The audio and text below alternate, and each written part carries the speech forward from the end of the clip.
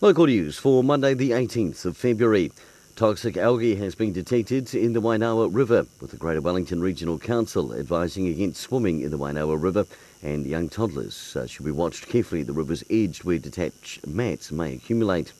It is also recommended that dog owners keep their dogs on leashes and avoid the area of water. Martinborough's water network flush could not be completed last night due to issues with the valving network. The plan was to flush the final two zones of the network overnight. However, the boil water notice will remain in place until residents have been notified otherwise. And this week is O Week for students at Marston and Ducole campus as the Polytechnic welcomes students for the 2019 year.